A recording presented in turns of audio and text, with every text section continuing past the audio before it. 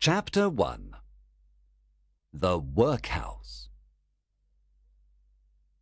A long time ago, every town in England had a workhouse. This was a house for very poor people. Oliver Twist was born in a workhouse. His mother was a young woman. She was very ill when she came to the workhouse.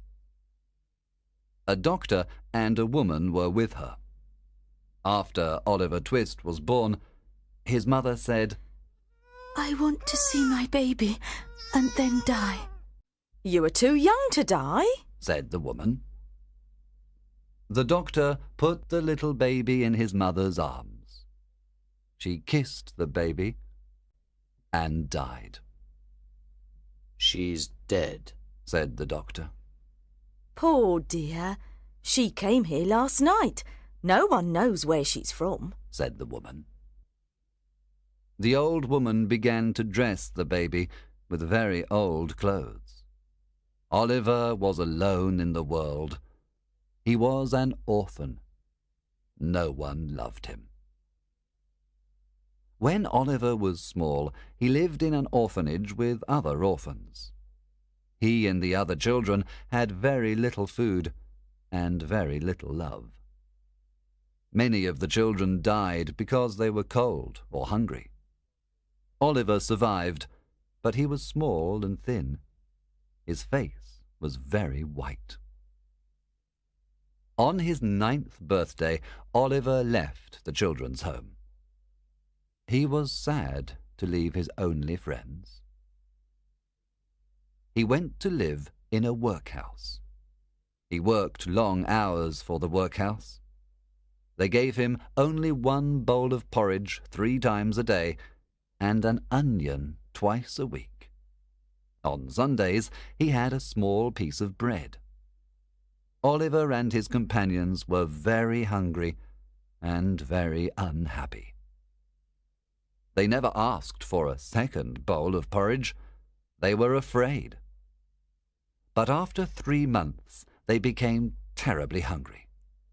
One day, Oliver took his empty bowl to the master. "Please, sir," he said, "I want some more porridge." The master looked at Oliver. He was surprised. "What?" he said. "Please, sir," he said, "I want some more porridge." The master hit Oliver with his big spoon. Then he called Mr. Bumble. He was an important officer of the town. "What?" cried Mr. Bumble. He took Oliver to the directors of the workhouse and said, "Oliver Twist asked for more porridge." "For more porridge?" they cried. They looked at each other. They were surprised. He must leave the workhouse. Mr. Bumble put Oliver in a cold, dark room for 1 week. Every morning, Mr. Bumble beat Oliver with a stick in front of his friends. Oliver cried all day, and he did not sleep at night. One day, Mr. Bumble met his friend, Mr. Sowerberry. Mr. Sowerberry was a tall, thin man. He made coffins for dead bodies. Many of the dead bodies came from the workhouse. Mr. Bumble asked, "Do you want a boy to work in your shop? You will pay nothing, and we will give you £5. Mr. Sowerberry thought a moment and said, "Yes, I want the boy and the £5. Mr. Bumble was happy. In the evening, he took Oliver to Mr. Sowerberry's shop. Oliver looked at Mr. Bumble and started crying. "I want to be a good boy. I am a very little boy, sir, and it is so lonely, so very lonely." Oliver's thin face was covered with tears. Chapter 2.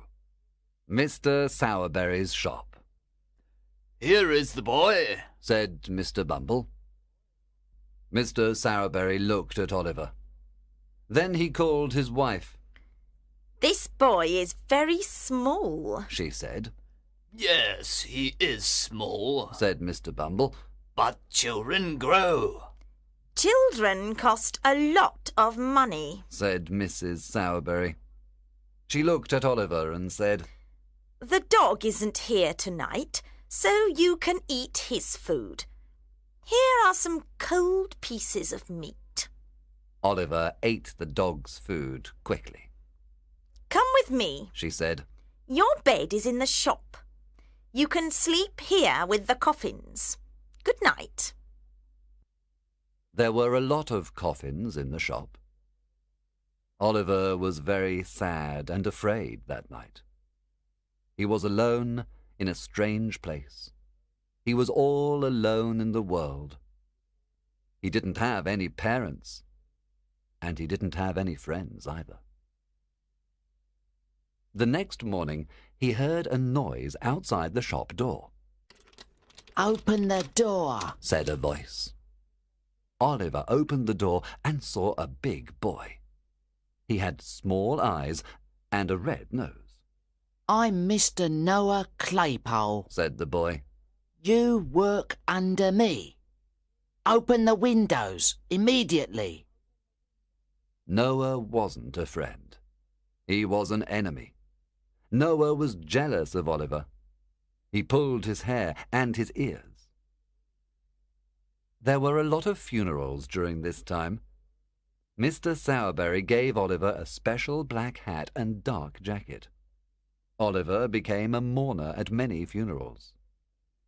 After the first funerals, Mr. Sowerberry asked, Well, do you like funerals? Oliver said. Not very much, sir. One day, Noah said bad things about Oliver's mother. Oliver's face became red with anger. He was furious. He hit the table and the chair. He hit Noah Claypole. He began beating him. Noah was bigger than Oliver, but Oliver wasn't afraid. Help! Noah cried. He's killing me! Mrs. Sowerberry and a servant came to the kitchen. Together they beat Oliver for a long time. Then Mrs. Sowerberry locked Oliver in a dark room.